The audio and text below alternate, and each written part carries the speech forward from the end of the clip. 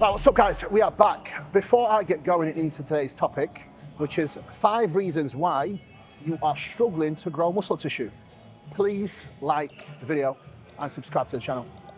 The more you give back to me, the more I can give back to you with the content and useful tips for free. 5 reasons why you may not be gaining enough muscle tissue or any at all. Reason number 1 is training.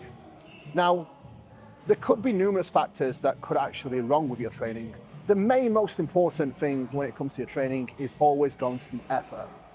Once you nail down the most important variable, which is your training effort, then we will look at nuance such as training execution and exercise selection. When it comes to the importance of what should you prioritize, especially at the beginning of the journey, first and foremost, I truly believe everyone should learn how to train truly hard and with high proximity to failure. So what I mean by that is everyone should be put through paces through someone that is a lot more experienced than them, whether it's a PT or a good reliable training partner, and they should teach them how to train to all out failure. Once you have got that part nailed down, then you can focus on your training execution and improving your exercise setup and then exercise selection. All these factors are not that important. You could have the best training plan in the world with the best exercise selection, the best execution, but reality is you are not going to make that much progress if your training effort is not there. When it comes to training, nail down your effort, then look at training execution, then exercise setup and exercise selection. What you also need to pay attention to with your training is actually doing enough volume. You need to be doing enough quality sets to see a good adaptive response. The less experienced you are, the less work you will need in order to be able to progress.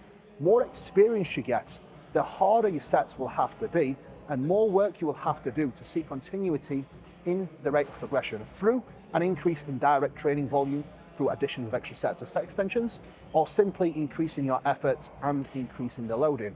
There's many ways to increase your training volume: repetitions, load, training execution, range of motion, tempo, and number of sets and set extensions. So pay attention to that, guys, and reading between the lines, now you've got a little bit of understanding of what could be going wrong with your training. Now you can come to your own conclusions and see what could be the missing link in your training that is holding you back from growing muscle. Now we'll move on to number 2, which is definitely extremely important to most people. In order to gain muscle tissue, for most people, especially natural athletes, you will need to be in a calorie surplus. How much of that surplus you will need, it will vary person to person. Some people are hard gainers, and these are generally the people that require more food, that require more fuel coming in order to stay in a calorie surplus. These are generally people that are a lot more active, with active jobs. So it will be very much based on individual basis as to how much food you need in order to grow and stay in a surplus. But the key factor, you have to be in a calorie surplus and you have to be eating enough protein. My advice for protein intake across both natural and assisted athletes is a minimum of 1.5 gram of protein per lean pound of body weight. And in some instances, I do like that even higher.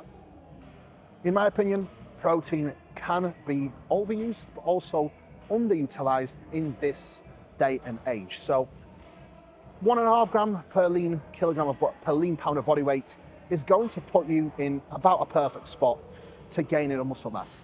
Then when it comes to fats, around 0.5 gram of fat per lean kilogram of body weight, up to a gram, depending on if there's anything that you need to address from a blood standpoint. Prioritizing fat intake from poly and mono unsaturated fats. That way, you know you are getting the biggest bang for your buck when it comes to quality fat sources. Keep your saturated fat intake to a minimum. However, steak and eggs are definitely not bad, so include those.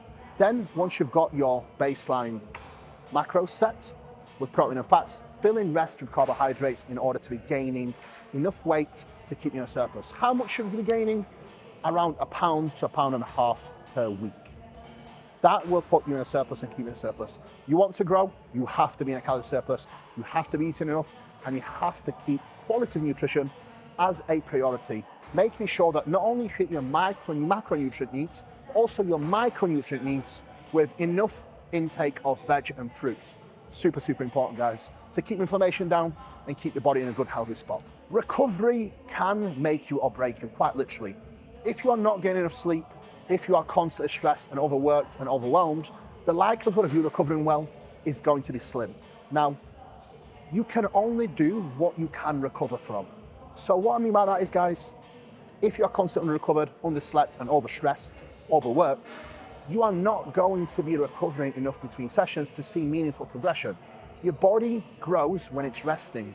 You do not grow in the gym, you grow outside of the gym when you are sleeping and when you are taking rest days. So recovery is also extremely important. You cannot expect to grow.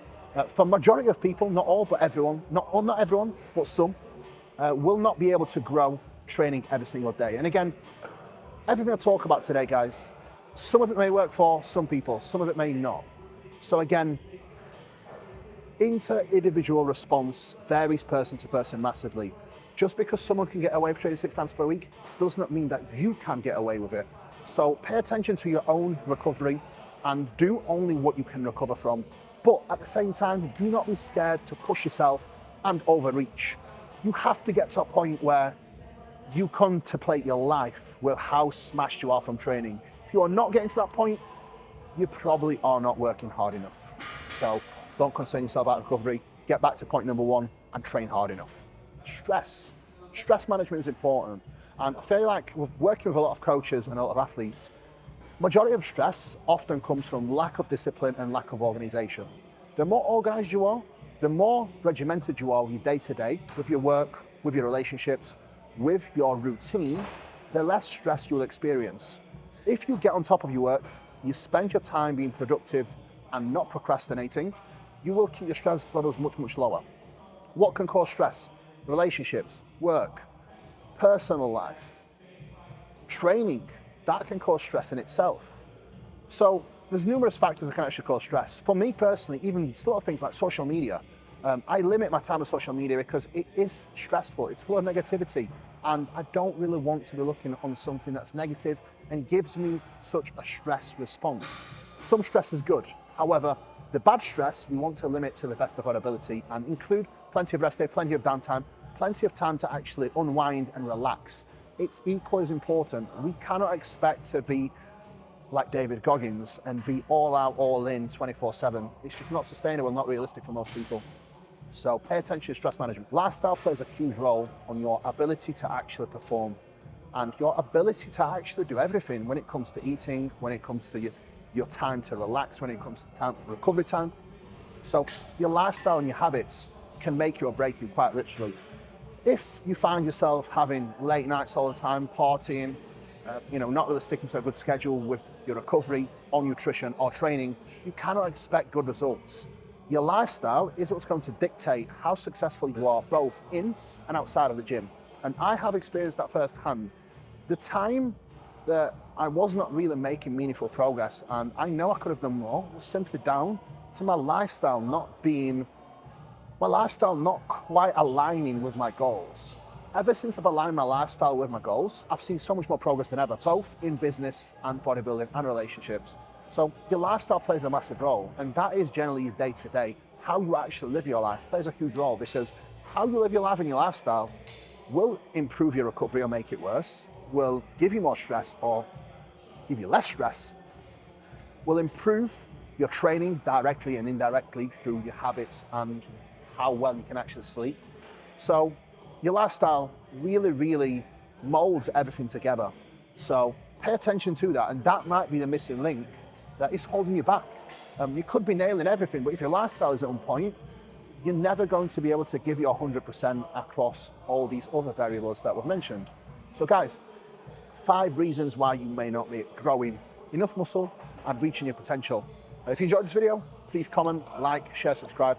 I do have a lot more content like this coming your way. And if you want me to cover anything specific, please do let me know in the comments, and I'm always happy to help. Guys, thank you so much. Take care for now.